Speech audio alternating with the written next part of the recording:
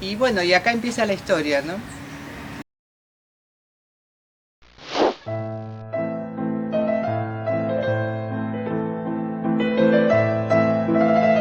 De este modo, en 1949 llega con toda su familia a la Argentina, en el transatlántico Magdalena, y se radica en la localidad de Martínez. Los inmigrantes que vinimos a la Argentina porque había noticias de que había buenas posibilidades. Acá había venido un padrino, mi padrino, que se conectaba con mis padres, decía que viniéramos, que las visas eran fáciles de entrar. El país necesitaba sobre todo cierto sector social de profesionales europeos que eran muy bienvenidos. Mi papá era ingeniero, con lo cual era importante. Así que bueno, conseguimos las visas, llegamos al puerto de, como todos los historias de muchos inmigrantes, al puerto de Buenos Aires, al hotel de inmigrantes, y bueno, ahí empezamos esta etapa de la vida que nos encuentra acá en Argentina. Bueno, en Buenos Aires creo que vivimos muy poco tiempo. 10 meses. 10 meses, no alcanzó un año, y a papá le ofrece una empresa francesa de Mar del Plata para construir parte del puerto de Mar del Plata, o galpones y infraestructura para la pesca, para desembarco y demás. Entonces papá se viene a Mar del Plata, ve el trabajo interesante y nos trae a todos acá a la ciudad donde prácticamente nos criamos. Aprendimos el idioma, empezamos el colegio de chicos acá en la ciudad. Y en el año 50 nace nuestro hermano, nuestro tercer hermano, que ya es argentino por nacimiento y obviamente se crió igual que nosotros en esta ciudad. Yo fui estudiante de agronomía, terminé mi carrera de agronomía. Alicia se dedicó a la sociología y mi hermano se dedicó a ciencias económicas, que por desgracia, lo perdimos hace un par de años. En plena década del 60, cuando proliferaban las construcciones de propiedad horizontal, conoció a Demetrio Eliades, quien era apoyado en sus proyectos e inversiones por Aristóteles Onassis, y comienza una marcada actividad en la rama de la construcción. Esta ciudad le dio mucho trabajo y mucha posibilidad a mi padre porque llegamos en una época donde había mucho desarrollo y mucha potencialidad. O sea que la ciudad tuvo picos de construcción que fueron récords en toda América del Sur, incluso superando a San Pablo, que se construía mucho. Y eso facilitó a mi padre desarrollar su vocación y su amor por la ingeniería y por la construcción, ¿no es cierto? De hecho, fue el que calculó los edificios más altos de la ciudad, siendo 3 de ellos los más altos y que han quedado para siempre como altura récord, ¿no es cierto?, en la ciudad.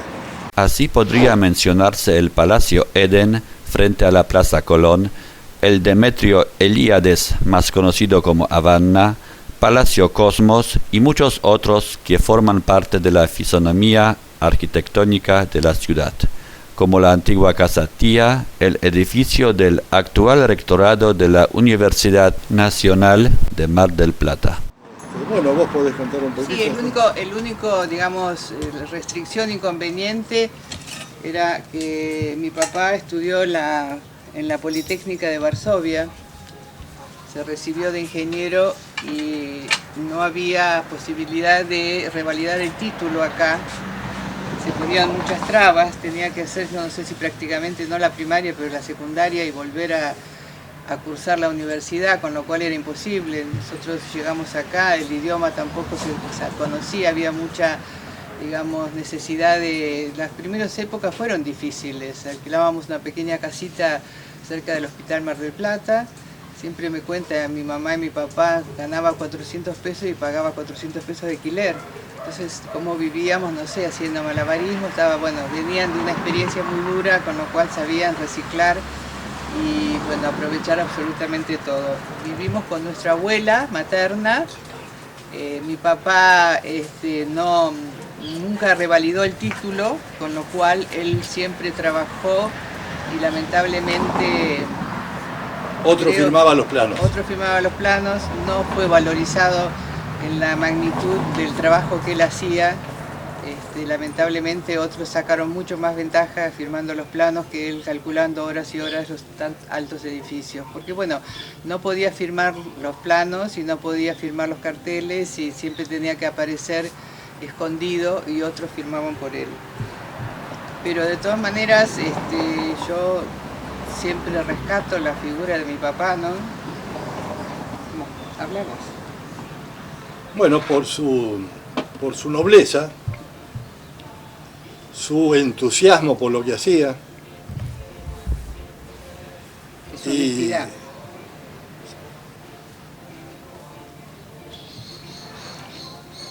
Si fuera de serie, mi viejo. No era para este mundo, como dicen algunos, ¿no? Las condiciones no eran tan... Bueno, mi mamá era un motor muy grande, empujaba mucho ahí, ¿no? Porque bueno, él era muy confiado, creía en todo el mundo, creía en la palabra, entonces no firmaba contratos de trabajo, eran todos de palabra, no había ningún tipo de digamos, de seguridad laboral, les convenía a todos porque tenía una cabeza impresionante. Siempre tengo la imagen de él sentado, ahora hay computadoras y todo es mucho más fácil de calcular, él calculaba con una regla de cálculo muy chiquita y me hacía sentar a mí cuando tenía 16 años, me acuerdo, y yo le sumaba las columnas y calculaba esos edificios a mano con la regla de cálculo chiquita, haciendo los cálculos de un edificio de 40 pisos.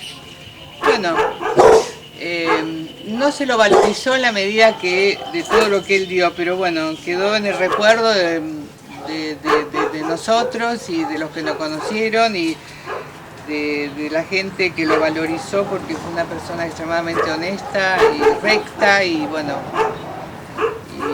dio mucho y yo siento mucho orgullo, ¿no?, de ser su hija. Así es. Estos cálculos lo hacía solo con una regla de cálculo, un tablero y un ayudante, lo que en estos momentos sería casi imposible de lograr. Humildemente iba a la obra con saco, corbata y el aroma de su colonia preferida. Cuando fallece Demetrio Eliades, continuó en la campaña marplatense de construcciones, quien le da mayor impulso a la actividad participando en el cálculo de hormigón armado de numerosos planes de vivienda. Estaba muy vinculado, sí. Digamos, los vínculos acá de la gente, de mis recuerdos que yo tengo, siempre fueron alrededor de amigos y conocidos polacos. Siempre se habló el polaco en casa. Yo aprendí a leer y escribir en polaco antes del castellano. Había, digamos, una pertenencia muy grande cuando, bueno, esto tiene que ver con que, bueno, no se fueron porque quisieron de Polonia, sino porque fueron obligados. Entonces había siempre una añoranza muy grande de la vuelta al país. Después, no, por supuesto, los años pasaron. Entonces los amigos, el entorno fue, siempre fueron polacos, siempre, las fiestas, las reuniones. Y bueno, sobre todo mi papá participó en las primeras etapas de la conformación de la Sociedad de los Polacos. Yo no me acuerdo exactamente en qué año fue, pero bueno, sí, yo personalmente tal vez no tenga una gran riqueza para aportar porque no participé activamente, debo reconocer, no participé activamente en todo lo que fue la fundación de la Sociedad de los Polacos, pero sí en esos primeros años, fueron alrededor de los años 60 creo, que empezaron a conformarse, a constituirse. Después se compró el primer local que está en Bosque Alegre, creo, ¿no? Bosque Alegre, sí. Y bueno, se empezaron a hacer actividades, sobre todo actividades sociales muy grandes. Un poco mi mamá se enojaba, debo decirlo, después si querés dejarlo, sacalo. Pero decía que era la Sociedad de los Polacos, pero lo que menos hacía era hablar en polaco, entonces ella mucho no quería ir. porque decía de que para ir a comer asados no tenía muchas ganas, entonces al final primero... Pero bueno, eso era un poco una de las, digamos, por ahí problemas más, no problemas, pero digamos, así una de las situaciones donde como realmente fue muy polaca la crianza nuestra. Yo debo decir que mi mamá nos sentaba los sábados y domingos y nos corría, queríamos ir a jugar y ella nos obligaba a leer y escribir en polaco y hacíamos dictados. Y bueno, eso hay que destacarlo mucho, eran sí. Muy patriotas. No, pero aparte sí. Querían que nosotros mantengamos Sí. las costumbres y sobre todo el idioma. Era una obligación los días domingos, 2 horas, todos los sábados y domingos. Escribir un dictado en polaco y cada palabra mal escrita repetirla 20 veces. Hacíamos cursos por correspondencia con la Casa Polaca de Buenos Aires. Sí. Estudiábamos historia y siempre llevábamos a un punto de la historia Polonia. Se terminaba el curso y empezábamos el año siguiente y otra vez del principio y llegábamos a la... Pero bueno, gracias a eso, la verdad que agradezco de haber podido aprender a leer y escribir en polaco y bueno, tener, digamos, muy metidas adentro todo lo que es la historia y bueno, el vínculo con ese país lejano que de alguna manera estuvo siempre presente, ¿no?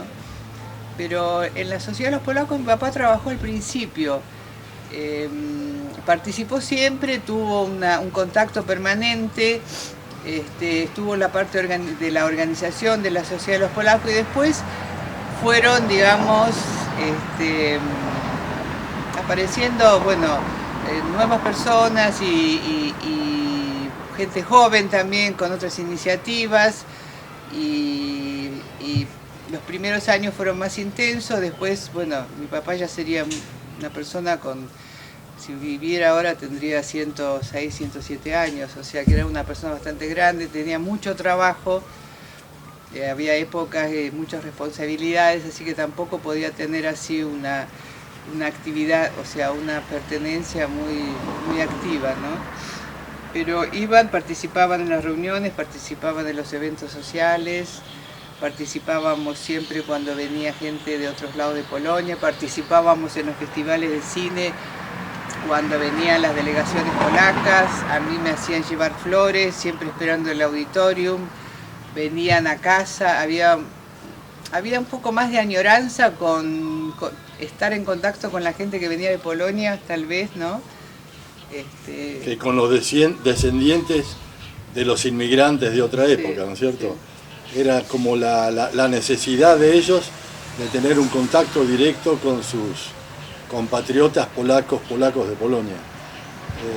Nosotros, por suerte, aprendimos el idioma sin haber ido nunca a Polonia hasta por primera vez el año 70 y pico, creo. Yo fui en el 67 con mi mamá. En el 67 fui la primera vez. En el 70 fui la segunda y después fui en el 2001, 3 veces. Bueno, yo por suerte he podido viajar varias veces, 2 veces con mi hijo mayor, que hoy ya tiene 37 años.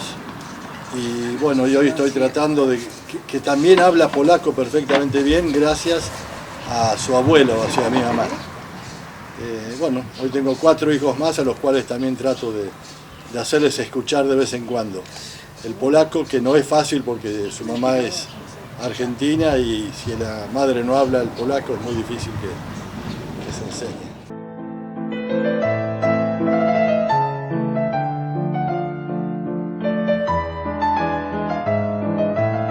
Juan José Ruszkowski fallece el 25 de febrero del año 1987.